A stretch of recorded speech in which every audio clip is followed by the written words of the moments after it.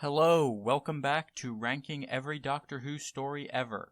This is episode 17. I know it's been over a year since I've uploaded my last episode.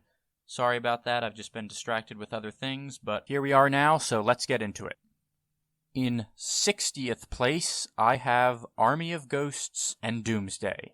This story's cliffhanger is perhaps the greatest in the show's history. After all this time, the Daleks and the Cybermen finally meet on screen. On one hand, the simple notion of seeing these two villains meet each other and trash-talk each other was amazing. However, the complete dominance of the Daleks does unfortunately make the Cybermen seem like weak villains.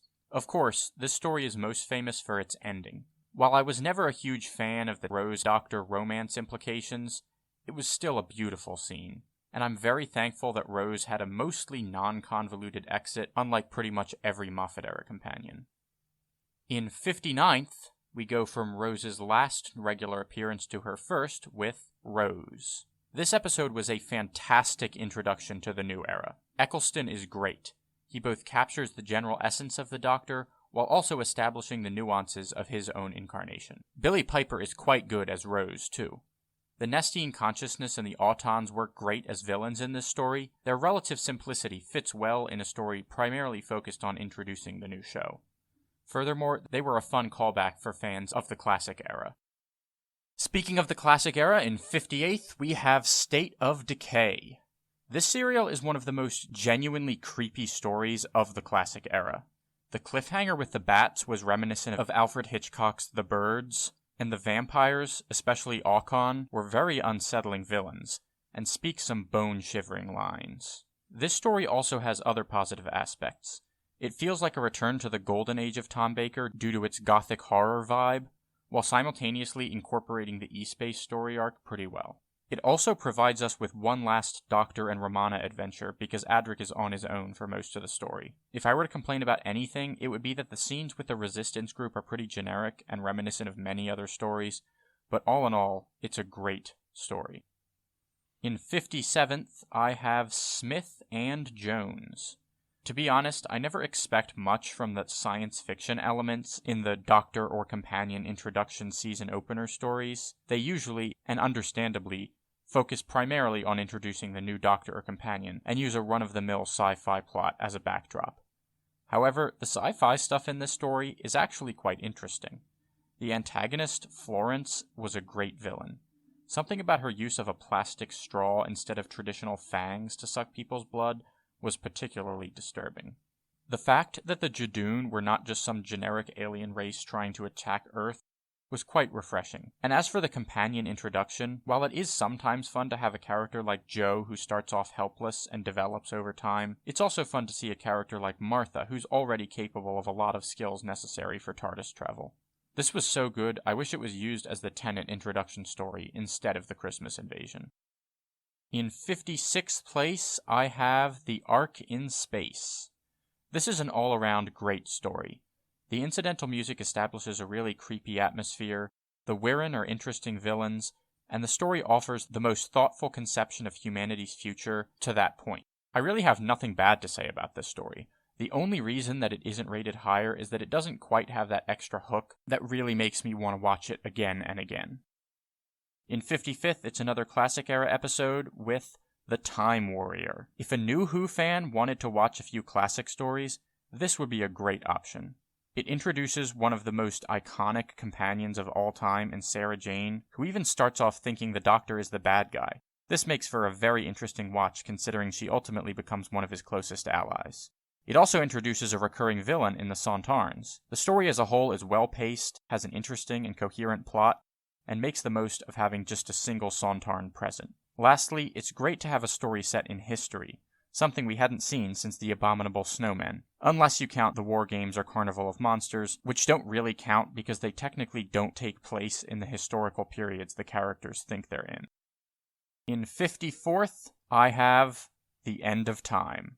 It's virtually impossible to talk about this story as a whole all at once, so I won't even try. Instead, I will break down its two distinct aspects separately. While they occur simultaneously for much of the story, the plot with the Master and the Time Lords is a completely different animal than the story's handling of Tennant's exit. First, I'll tackle the primary plot. In short, I thought it was good, but not great. The Master's return is solid. They at least took the time to explain how he survived, unlike many other Master stories, but he is cartoonish at times, particularly when he's eating. The whole Master race thing was alright, but it didn't really amount to that much. Timothy Dalton was perfect as Rassilon, and the whole explanation of what he was planning to do did a nice job of vindicating the Doctor's decision to end the Time War. The final standoff between the Doctor, Master, and Rassilon was good, except for the fact that the resolution was a bit too easy. If the Doctor could break the link just by shooting the machine, it seems Rassilon could have foreseen that and stopped him. The Master's attack on Rassilon was a great moment, though. It's one of the few times in the show's history where the Master is completely justified in his actions.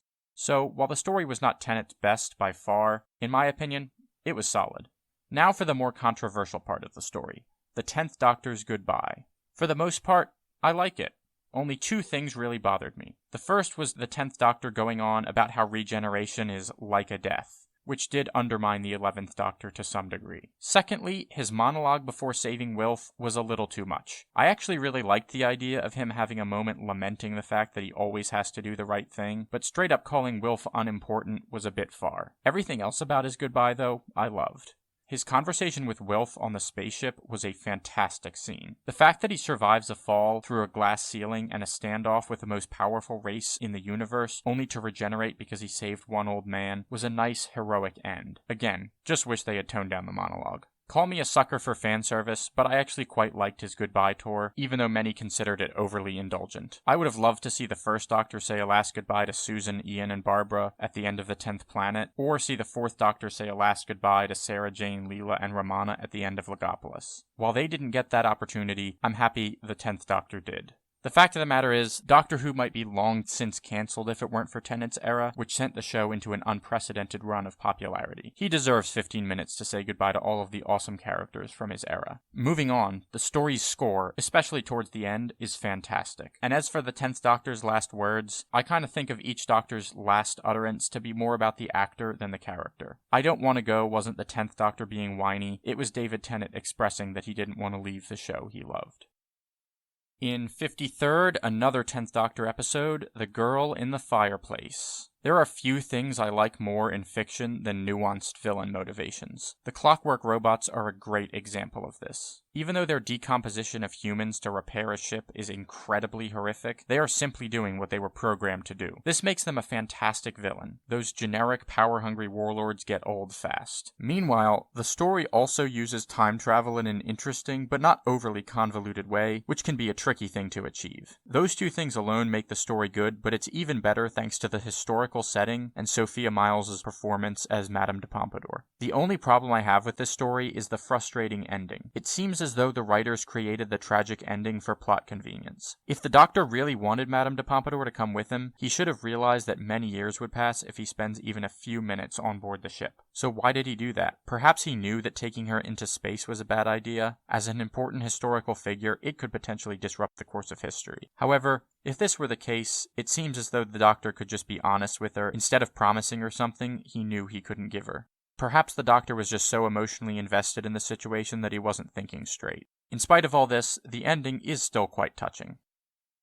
In 52nd, I have Arc of Infinity. To my understanding, this isn't a very well-regarded story, but I'm not quite sure why, unless it's another case of a story being unfairly defined by one badly designed creature. To me, this story gets so much right. Starting off with some smaller thoughts, the often neglected Nyssa has a standout performance in this story, which is especially refreshing after her awful outing in Time Flight. The portrayal of the Time Lords was the best it's been since the War Games, although that's admittedly not saying much. Instead of coming across as inept bureaucrats like they are in The Deadly Assassin and The Invasion of Time, they feel a lot more like the universe's utilitarian supervisors, particularly in their decision to kill the Doctor. The scenes in Amsterdam with Robin, Tegan, and Colin feel like something I'd normally complain about for taking away from a good story, but I actually think they work pretty well, despite the fact that it was a bit unclear as to why Omega needed help from a random Earthling. Anyway, speaking of Omega, he is really what makes this story great.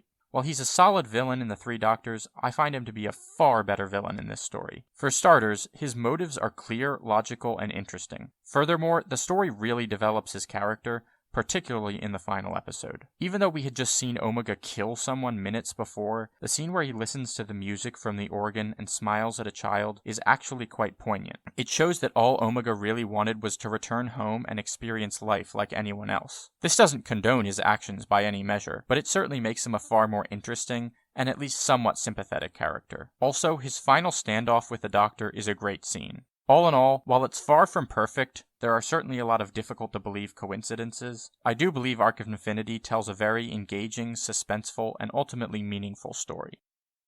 In 51st place, I have The Mind of Evil. I may be a little biased towards this story due to my personal interest in psychology and the treatment of criminal behavior, but even putting that aside, this story is still fantastic. As the Silurians offered the Third Doctor a chance to really get into his element after a solid introduction involving the Autons, this story does much of the same for the Master, who is at his most cunning and manipulative in this story, although his plan is admittedly convoluted. The Doctor himself also has a very strong performance, thanks to some great lines, as well as his handling of the situation, particularly his decision not to let the Master escape, because it wouldn't be right to let him torment some other planet. What really made this story one of my favorites, though, was its conclusion. Oftentimes, even when interesting ideas are present in a plot, the conclusion comes down to something rushed and forgettable.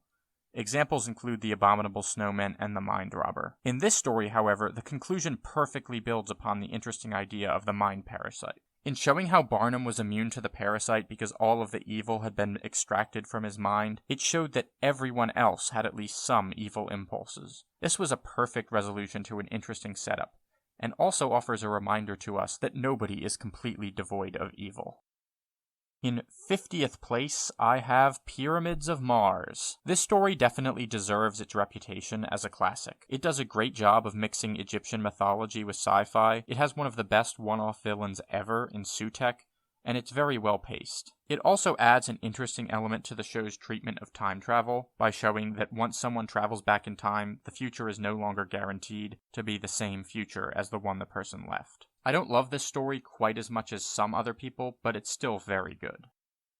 In 49th place, I have the highest ranking 6th Doctor story, Vengeance on Varos. Despite some problems, specifically its occasional campiness and the fact that 90% of the reason the plot concludes is because of the transmission that had nothing to do with what went on in the story, this is a fantastic serial. First of all, it develops perhaps the most interesting, nuanced, and disturbing Doctor Who dystopia yet. Secondly, it handles political strife in a much more interesting way than, say, The Deadly Assassin, Carnival of Monsters, or really most of the political drama stories. It's also a unique and remarkably dark story. The scene where Perry and the other girl turn into animals was very disturbing, not to mention the cannibal dragging his companion away to consume him.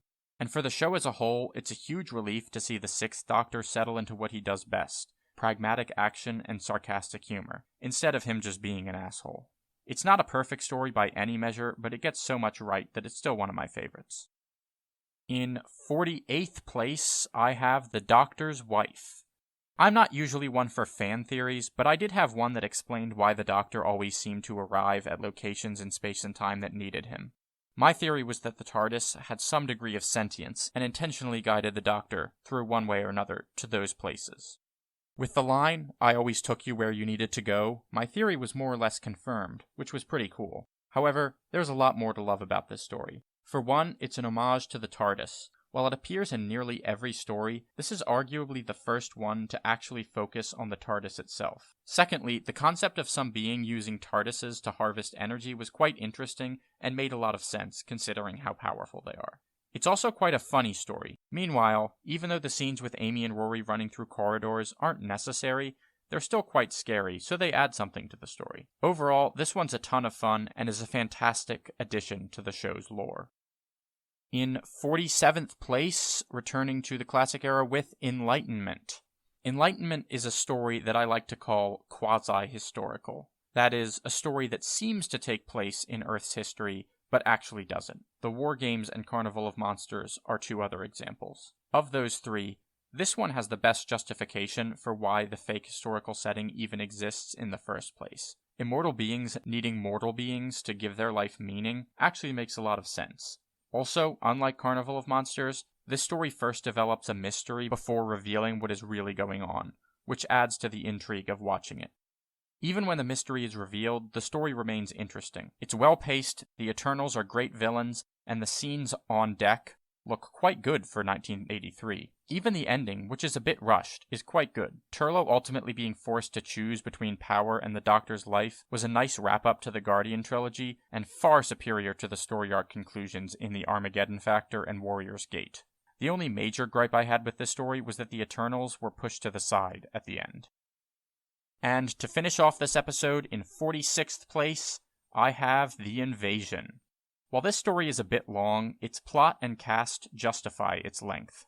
Unlike many other entire world in peril style stories, the plans and motivations of the villains actually make perfect sense. The Cybermen using an electronics company to spread their mind control devices throughout the world was a very logical reason for allying with Vaughn instead of just invading themselves.